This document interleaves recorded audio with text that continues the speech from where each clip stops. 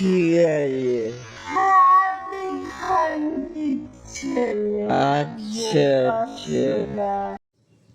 মুখের ভাষাটা শুনতে পাচ্ছেন? হ্যাঁ, মুখের ভাষাটা শুনুন খালি। আজকে যদি সঠিক সময় সঠিক শিক্ষা কাকিমা আপনি দিতেন, তাহলে আপনার মেয়ে আপনার সামনে এরকম ধরনের ভাষা অন্যের ছেলের প্রতি প্রয়োগ করতে পারতো না। চলুন ভিডিওটা দেখে নিন, তারপরে বলছি। যখন দুটো রাইড ক্যান্সেল তো করে দিয়েছি আপনি। আরে আমি তো লোকেশনে ঢুকলাম, তখন তো করলেন ক্যান্সেল। নিচের এই ঘটনাটি সোশ্যাল মিডিয়ায় কাল থেকে খুব ভাইরাল হচ্ছে।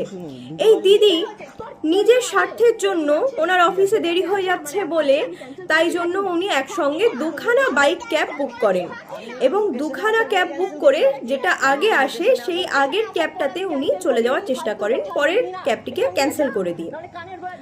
এবার এই ভাইটি ওখানে দাঁড়িয়ে প্রতিবাদ করে যে দিদি আপনি যে আমাকে 1.5 কিলোমিটার আপনি আশা করালেন আর আপনি যে ক্যান্সেলটা করলেন, এই 1.5 কিলোমিটারে যে তেলটা খরচা হয়েছে সেই তেলটার খরচ কে দেবে? এই তেলটার খরচ কিন্তু কোম্পানি বেয়ার করে না, এই তেলটার খরচা কিন্তু কাস্টমার বেয়ার করে না। এই তেলটার খরচা, এই যে পিক আপ লোকেশনে যাওয়ার যে তেলটার খরচা পড়ে, সেই প্রত্যেকটা রাইডে এই তেলটার খরচা কিন্তু শুধুমাত্র রাইডাররা বহন করে। আর তখন দিনে 10টা অর্ডারের মধ্যে যদি 2-4টে অর্ডার এরকম পড়ে যায় যারা লোকেশনে গিয়ে ঠিক এরকমভাবে যাওয়ার আগে ক্যান্সেল করছে, তাহলে সেই খরচাটা কিন্তু আমাদের এই রাইডার ভাইদের পকেট থেকে যায়। এনারা কেউ কিন্তু কোটিপতি নন। দুটো পেটের দায়ে, সংসারের দায়ে, বাড়ির লোকের দায়ে তাদের মুখে খাবার তুলে দিতে হবে, তাদের চিকিৎসা করাতে হবে, এই দায়ে কিন্তু এরা বাইক ক্যাব চালায়। সেই জায়গা থেকে যখন এদের সঙ্গে ঠিক এরকম ব্যবহারটা করে, তখন নারীবাদীরা, তখন ফেমিনিস্টরা ঠিক কোথায় ঘুমিয়ে থাকে, কোথায় শুয়ে থাকে যে তাদেরকে দেখা যায় না?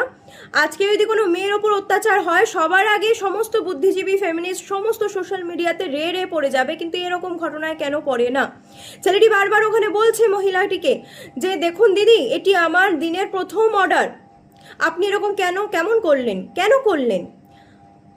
আর আপনারা ভেবে দেখুন, এই মহিলা হয়তো প্রত্যেক দিনই হয়তো এরকম ধরনের ট্রিক অ্যাপ্লাই করে, যেখানে কত কত রাইডার ভাইদের সঙ্গে এরকম ধরনের ঘটনা হয়তো ইনি ঘটিয়ে ফেলেছেন।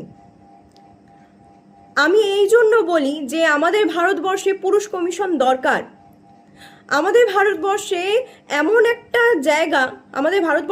একটা জায়গা যেই জায়গায় কোনো রকম পুরুষদের পুরুষরা কোনো রকম ভাবে প্রতারিত হলে, তাদের উপর কোনো রকম অত্যাচার অন্যায় হলে, কোনো মহিলা কেন্দ্রিক হলে আর কি, আমাদের পুরুষদের কোনো রকম জায়গা নেই যেখানে তারা গিয়ে তাদের অভিযোগ জানাবে, যেখানে গিয়ে তারা সুবিচার পাবে। মেয়েরা কোনো কিছু বলে দেওয়া মানেই সেটা পাথরের লেখা, সেটাতে কোনো তদন্তও হয় না, সেটাতে কোনো যাচাইও হয় না। একটা পুরুষ মানুষকে বিদ্ধ করার জন্য, দগ্ধ করার জন্য, তার জীবন নষ্ট করার জন্য একজন মেয়ে মানুষের একটা সামান্য মৌখিক অভিযোগই যথেষ্ট আমাদের ভারতবর্ষে। এই কারণে আমি বলি যে আমাদের নারীদের জন্য আইন আছে, এমনকি পশুদের জন্য আইন আছে, এমনকি ট্রান্সজেন্ডার যারা রয়েছে তাদের জন্যও কিছু আইন আছে। একমাত্র পুরুষ মানুষদের জন্য কিচ্ছু আইন নেই, কোনো আইন নেই। এই পুরুষ মানুষদের মধ্যে কিন্তু আমাদের ভাই, দাদা, স্বামী, সমস্ত ছেলে, সমস্ত বন্ধু বান্ধব, সমস্ত রকমের পুরুষেরা পড়ছে। আজকে তাদের জন্যই আমাদের ভারতবর্ষে কোনো আইন নেই।